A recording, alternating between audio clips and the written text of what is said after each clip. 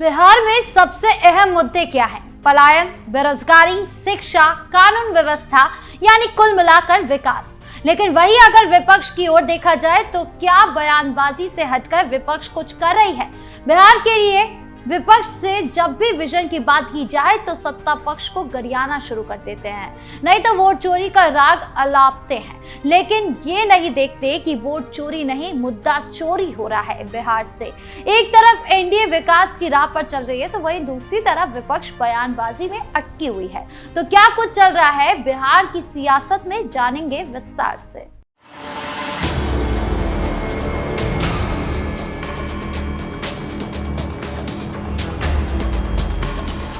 बिहार की सियासत में इस समय दो बिल्कुल अलग अलग तस्वीरें उभर रही है। एक तरफ एनडीए जो अपने विकास मॉडल को लेकर जनता के बीच जा रही है और दूसरी तरफ विपक्ष जो बयानबाजी, आलोचना और सियासी शोर में उलझा हुआ नजर आता है।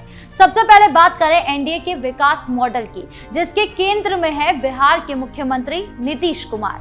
नीतीश कुमार ने पिछले 1.5 दशक से ज्यादा समय में बिहार को एक ऐसी दिशा दी है जिसने राज्य की पुरानी छवि को काफी हद तक बदल दिया है। एक समय था जब बिहार को जंगल राज के लिए जाना जाता था। सड़कों पर गड्ढे, रात में घर से निकलना जोखिम भरा और अपराधी बेखौफ और बुनियादी सुविधाओं का अभाव। लेकिन आज का बिहार उस दौर से कोसों दूर है। एनडीए का दावा है कि उनकी सरकार ने बिहार को विकास के रास्ते पर लाकर खड़ा कर दिया है और इसके पीछे कई ठोस कदम हैं। इनमें सबसे चमकदार उदाहरण है पटना मेट्रो। हाल ही में न्यू पाटलिपुत्र से भूतनाथ तक मेट्रो का ट्रायल रन हुआ, जिसने न केवल स्थानीय लोगों में उत्साह जगाया बल्कि बिहार की प्रगति को राष्ट्रीय स्तर पर चर्चा में ला दिया। ये मेट्रो परियोजना न सिर्फ परिवहन को आसान और तेज बनाएगी बल्कि रोजगार के नए अवसर भी पैदा करेगी। मेट्रो के निर्माण में हजारों लोगों को प्रत्यक्ष और अप्रत्यक्ष रूप से रोजगार मिल रहा है और इसके पूरे होने के बाद पटना की यातायात व्यवस्था में क्रांतिकारी बदलाव आएगा। ये प्रोजेक्ट बिहार के लिए एक गेम चेंजर साबित हो सकता है, क्योंकि ये न केवल शहरी विकास को बढ़ावा देगा बल्कि बिहार को आधुनिक भारत के नक्शे पर मजबूती से स्थापित करेगा। मेट्रो के अलावा एनडीए ने बुनियादी ढांचे के विकास पर भी विशेष ध्यान दिया है। बिहार में सड़कों का जाल बिछाया गया है जो पहले के गड्ढों भरे रास्ते से बिल्कुल अलग है। गंगा नदी पर कई नए पुल बनाए गए हैं, जैसे जेपी सेतु, बख्तियारपुर, ताजपुर 4 लेन पुल, जिन्होंने बिहार के ग्रामीण और शहरी इलाकों को जोड़ने में अहम भूमिका निभाई है। बिजली की उपलब्धता भी नीतीश सरकार की एक बड़ी उपलब्धि है। एक समय था जब बिहार में बिजली कटौती रोजमर्रा की बात थी, लेकिन आज गांव-गांव तक बिजली पहुंच रही है और सौर ऊर्जा जैसे नवीकरणीय स्रोतों को भी काम करा जा रहा है। शिक्षा के क्षेत्र में भी नीतीश कुमार के कई क्रांतिकारी कदम उठाए हैं। लड़कियों के लिए मुफ्त साइकिल योजना ने स्कूल ड्रॉप आउट दर को कम कर दिया है और ग्रामीण क्षेत्रों में शिक्षा को बढ़ावा दिया है। स्मार्ट क्लासरूम और डिजिटल शिक्षा पर जोर ने बिहार के स्कूलों को आधुनिक बनाया है। इसके अलावा जीविका जैसी योजनाओं ने ग्रामीण महिलाओं को आत्मनिर्भर बनाया है, जिससे सामाजिक आर्थिक बदलाव की एक नई लहर शुरू हुई है। स्वास्थ्य के क्षेत्र में भी बिहार में प्रगति की है। आयुष्मान भारत और राज्य सरकार की स्वास्थ्य योजनाओं के तहत लाखों लोगों को मुफ्त इलाज मिल रहा है और सरकारी अस्पतालों की स्थिति में सुधार हुआ है। कानून व्यवस्था के मोर्चे पर एनडीए का दावा और भी मजबूत था। एक समय था जब बिहार में अपराधी खुलेआम घूमते थे और आम लोग डर के साए में जीते थे, लेकिन आज बिहार पुलिस की सख्ती और सरकार की जीरो टॉलरेंस नीति ने अपराधियों में खौफ पैदा कर दिया है। इन सब के बीच नीतीश कुमार ने हाल ही में 10 मिलियन नौकरियों का वादा किया है, जो बिहार के युवाओं के लिए एक बड़ा सपना है। ये वादा न केवल बेरोजगारी के मुद्दे को संबोधित करता है बल्कि बिहार से पलायन को रोकने की दिशा में भी एक महत्वपूर्ण कदम है। बिहार के युवा जो रोजगार की तलाश में दिल्ली, मुंबई और अन्य शहरों में जाते हैं, अब अपने ही राज्य में अवसर तलाश सकते हैं। केंद्र सरकार के साथ मिलकर डबल इंजन की ताकत से बिहार को पूर्वी भारत विकास केंद्र बनाने का प्रयास किया जा रहा है। लगातार मीटिंग की जा रही है। प्रधानमंत्री नरेंद्र मोदी ने भी कई बार बिहार में रैलियों के दौरान इस बात को दोहराया है कि एनडीए सरकार ने बिहार को पहले की तुलना में कई गुना ज्यादा फंड दिए हैं।